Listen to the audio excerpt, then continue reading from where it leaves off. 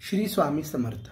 सर्वप्रथम स्वामी भक्तांना माझी विनंती आहे की तुम्ही माझ्या यूट्यूब चॅनलवर जर नवीन असाल तर माझं यूट्यूब चॅनल सबस्क्राईब करा, लाईक करा, शेअर करा आणि मी तुम्हाला आध्यात्मिक माहिती तुमच्यापर्यंत पोहोचवण्याचा प्रयत्न करतोय, ती तुमच्या सर्वांपर्यंत पोहोचावी एवढी नम्र विनंती आहे।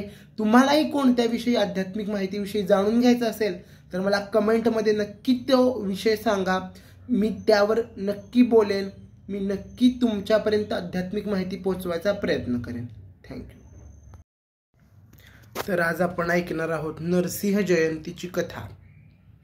तर एकदा काय असतं, भक्त प्रल्हाद नावाचा एक राक्षसाचा मुलगा असतो आणि हिरण्यकशिपू नावाचा एक राक्षस असतो। तो भक्त प्रल्हाद कायम नारायण नारायण नारायण असं नाव घेत असतो। मग राक्षसाला हिरण्यकशिपूला वाटतं की आपला वंश आहे तो राक्षस आहे, आपण देवाचं नाव का घ्यायचं, देवाचं नाव आपण नाही घ्यायचं।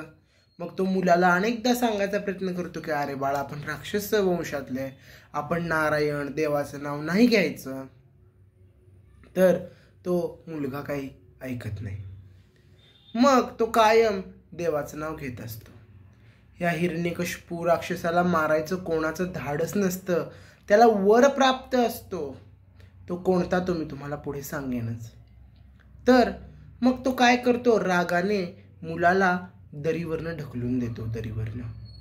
मग तो मुलगा दरीत पडतो तरी सुद्धा तो नारायण नारायण म्हणतो आणि त्याला एक झाड असं देवाने झेलल्यासारखं झेलून घेतं। मग परत तो घरी येतो, परत त्याचा जप नारायण नारायण चालूच असतो। त्यानंतर तो हिरण्यकशिपू राक्षस त्याला हत्तीच्या पायाखाली देतो, तरी सुद्धा त्याला मरण येत नाही, तो नारायण नारायण म्हणतो। हिरण्यकशिपू राक्षसाची बहीण असते होलिका। तो एके दिवशी होलिकाला बोलवतो आणि तिच्या मांडीवर बसवतो। होलिका ही अशी असते की जिच्याकडे सर्व काही जाळण्याची ताकद असते पण ती स्वतः जळत नसते।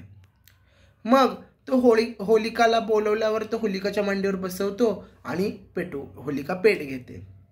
मग तेव्हा काय होतं, हा वाचतो, हा नारायण नारायण म्हणत असतो, हा वाचतो आणि ती होलिका पूर्ण जळून जाते। मग म्हणून आपण होळी सुद्धा साजरी करतो। मग एके दिवशी काय होतं, तो ठरवतो की आज आपण ह्याचा शिरच्छेद करायचा। म्हणून राजदरबार भरलेला असतो, राक्षस सिंहासनावर बसलेला असतो आणि संध्याकाळची वेळ असते आणि याचा शिरच्छेद करायचं निश्चित होतं। पण भक्त प्रल्हाद नारायण नारायण नारायण असं म्हणतो। हिरण्यकशिपू जो असतो तो रागाला येतो व तलवार घेतो हातामध्ये। हातामध्ये तलवार घेतल्यानंतर तेवढ्यात काय होतं, तर एका खांबातून नरसिंहदेव प्रकटतात व त्याला पकडतात आणि त्याला मारायचा प्रयत्न करतात। त्यावर तो हिरण्यकशिपू जो असतो तो हसतो। नरसिंह म्हणतो का हसतो, तर ते बोलतात की मला ना कोणी ज्या माणसाने योनीतून जन्म घेतलाय असा माणूस मला मारू शकत नाही। नरसिंह म्हणतो अरे मी तर खांबातून आलोय, हा खांब दिसतोय ना त्यातून मी आलोय। आणि नरसिंह हसतो। मग त्यानंतर राक्षस हिरण्यकशिपू पुन्हा हसतो। तो म्हणतो अरे मला संध्याकाळीही कोणी मारू शकत नाही आणि दिवसाही कोणी मारू शकत नाही, रात्रीही कोणी मारू शकत नाही। हिरण्यकशिपू हसतो आणि म्हणतो वरती बघ, आता दिवसही नाही आणि रात्रही नाही, आता तिन्ही सांजेची वेळ आहे, संध्याकाळची वेळ आहे। त्यावर हिरण्यकशिपू म्हणतो अरे मला नर मारू शकत नाही, नारी मारू शकत नाही। हिरण्यकशिपू असं म्हटल्यानंतर त्यावर नरसिंहदेव म्हणतो अरे नीट बघ, मी नरही नाही आणि नारीही नाही, मी अर्धा प्राणी आहे, पशु आहे आणि अर्धा मानव आहे। त्यानंतर हिरण्यकशिपू म्हणतो मला कोणी जमिनीवर मारू शकत नाही, ना पाताळात मारू शकत नाही, ना कुठेच मारू शकत नाही. म्हणजे त्याला म्हणायचं असतं की मला कोणी जमिनीवर मारू शकत नाही आणि ढगातही मारू शकत नाही. त्यावर नरसिंह म्हणतो, अरे तू जमिनीवर नाहीस आणि ढगातही नाहीस, तू आहेस ते म्हणजे माझ्या गुडघ्यावर, हे बघ. त्यावर तो म्हणतो की मला कोणी घरात मारू शकत नाही आणि या घराच्या बाहेर देखील मारू शकत नाही.